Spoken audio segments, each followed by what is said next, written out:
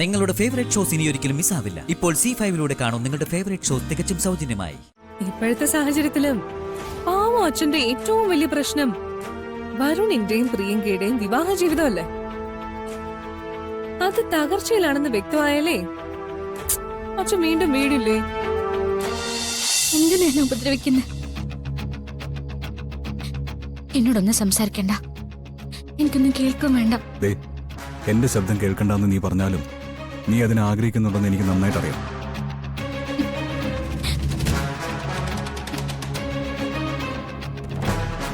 സാഹചര്യങ്ങൾ എത്ര അകറ്റി നിർത്തിയാലും നമ്മൾ വീണ്ടും കണ്ടുമുട്ടുന്നതിന്റെ കാരണം ഒന്നേ ഉള്ളൂ,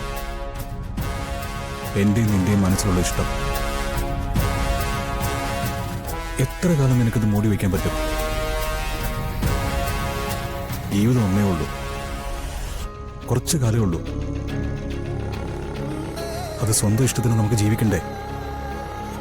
ദയവായിട്ട് ഞാൻ പറയുന്നൊന്ന് കേൾക്ക്. വാക്കുകൾ കൊണ്ട് നിഷേധിക്കാൻ നിനക്ക് എളുപ്പമാണ്,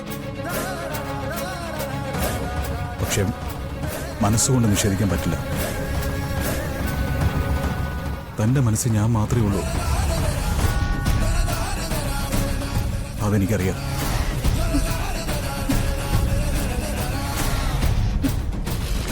എനിക്ക് വരുണെ കാണണം, സംസാരിക്കണം. ആ, എനിക്കതാ വേണ്ടത്. ഞാൻ വരാം, നമുക്ക് സംസാരിക്കാം. എവിടെ? ആ ക്ഷേത്രത്തിനടുത്ത്, ആ കുളക്കടവിൽ. ഞാൻ അങ്ങോട്ട് വന്നോളാം. ശരി, ഞാൻ വരാം.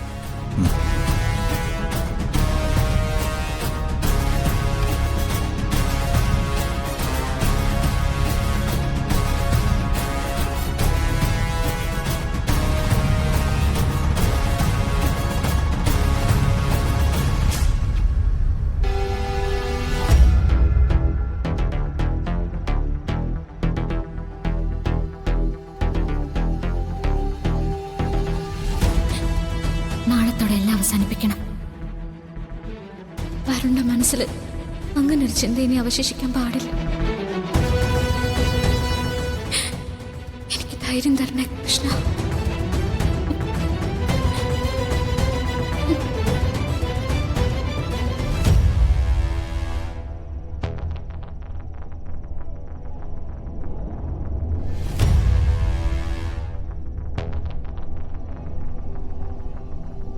എന്തു പറ്റി നിങ്ങൾക്ക്? കുറെ നേരം ആയല്ലോ ഈ ഇരിപ്പിരിക്കാൻ തുടങ്ങിയിട്ട്.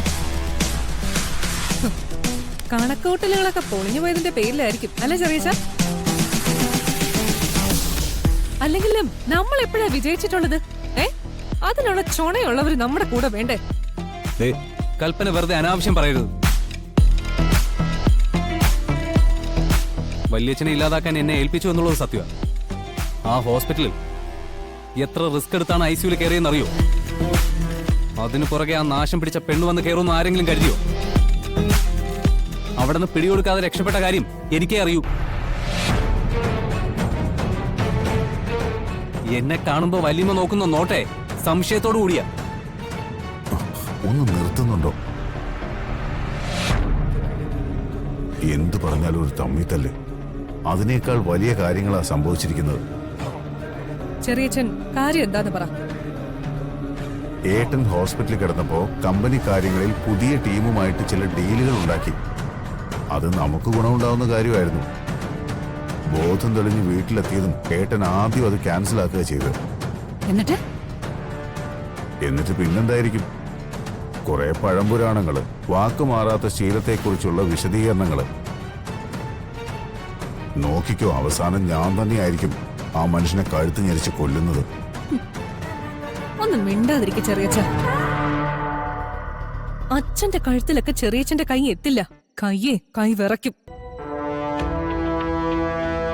പക്ഷേ എനിക്ക് ഇന്നലെ ഒരു കാര്യം തെളിവോടെ കിട്ടിയിട്ടുണ്ട്. വരുണും പ്രിയങ്കയും തമ്മില് ഒരു അഡ്ജസ്റ്റ്മെന്റാ നടക്കുന്നത്. പ്രിയങ്കയെ വരുൺ വീട്ടിൽ നിന്ന് വിളിച്ചോണ്ട് വന്നതേ അവര് തമ്മിലുള്ള എന്തോ കരാറിന്റെ പുറത്താ. കരാറോ? അതെ ചെറിയമ്മ, കരാറ് തന്നെ. വരുണിനോട് അച്ഛൻ ആവശ്യപ്പെട്ടതാണല്ലോ പ്രിയങ്ക ഇവിടെ ഉണ്ടാവണമെന്ന്. മുത്തശ്ശിയാണെങ്കിൽ ചത്തുകളയുമെന്ന് പറഞ്ഞു. തൽക്കാലം അതൊന്നും സംഭവിക്കാതിരിക്കാൻ വരുണിന്റെ ഒരു മുൻകരുതല്. ഇപ്പോഴത്തെ സാഹചര്യത്തിലും പാവം അച്ഛന്റെ ഏറ്റവും വലിയ പ്രശ്നം വരുണിന്റെയും പ്രിയങ്കയുടെയും വിവാഹ ജീവിതമല്ലേ. അത് തകർച്ചയിലാണെന്ന് വ്യക്തമായാലേ അച്ഛൻ വീണ്ടും വീടില്ലേ.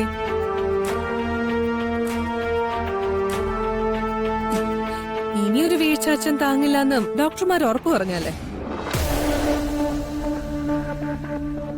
അപ്പൊ പിന്നെ കൊലപാതകികളാകാതെയുള്ള മാർഗം നമ്മുടെ മുമ്പിലില്ലേ? കൽപ്പന, നീ പറഞ്ഞത് നേരാ. ഏട്ടനെ പോലുള്ള ആളുകളുടെ നെഞ്ചത്ത് കഠാര ഇറക്കിയിട്ട് ഒരു കാര്യമില്ല. കുടുംബ പ്രശ്നങ്ങൾ കുത്തിയിറക്കണം. വരുണിന്റെ ജീവിതം അതിന് കൊള്ളാം.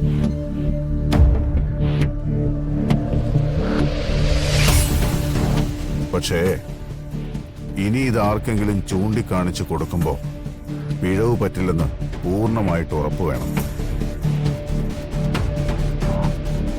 കൽപ്പന, നീ എന്തു പറഞ്ഞാലും ഈ കാര്യത്തില് ഞാൻ കേൾക്കും. എനിക്ക് നിന്റെ അത്ര ബുദ്ധിയൊന്നുമില്ല.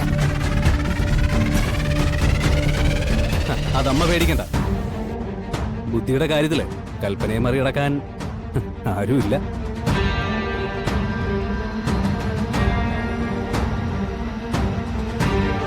ആ എങ്കിൽ ശരി, ഈ നിമിഷം മുതൽ നമ്മളെ എല്ലാവരും അവരുടെ ബന്ധം വാച്ച് ചെയ്യാൻ തുടങ്ങാം. ചെറിയ ചെറിയ സൂചനകളും അച്ഛനും മുത്തശ്ശിക്കും കൊടുക്കണം. ഒടുവില് ഒരു കൂട്ടിപ്പിടുത്തം, എന്നിട്ടതൊരു കൂട്ടക്കരച്ചിലാവോ നോക്കാം. തകർന്നു പോട്ടെ എല്ലാവരുടെയും ബന്ധങ്ങള്.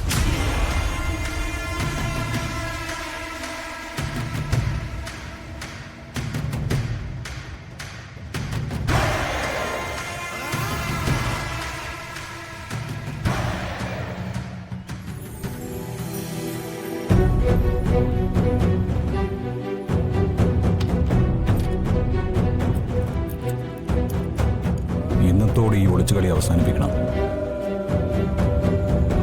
തിരിച്ചു മടങ്ങുമ്പോൾ അവൾ എൻ്റെ കൂടെ വേണം.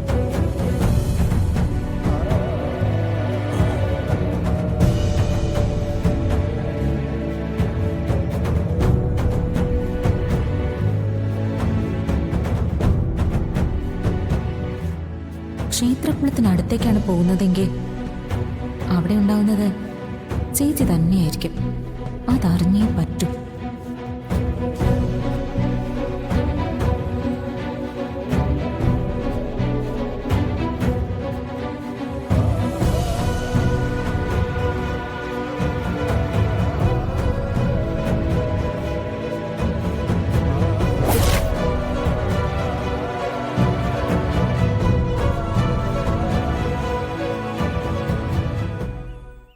ഡൗൺലോഡ് ചെയ്യൂ C5 ആപ്പ്. കാണൂ എല്ലാ എപ്പിസോഡുകളും സൗജന്യമായി.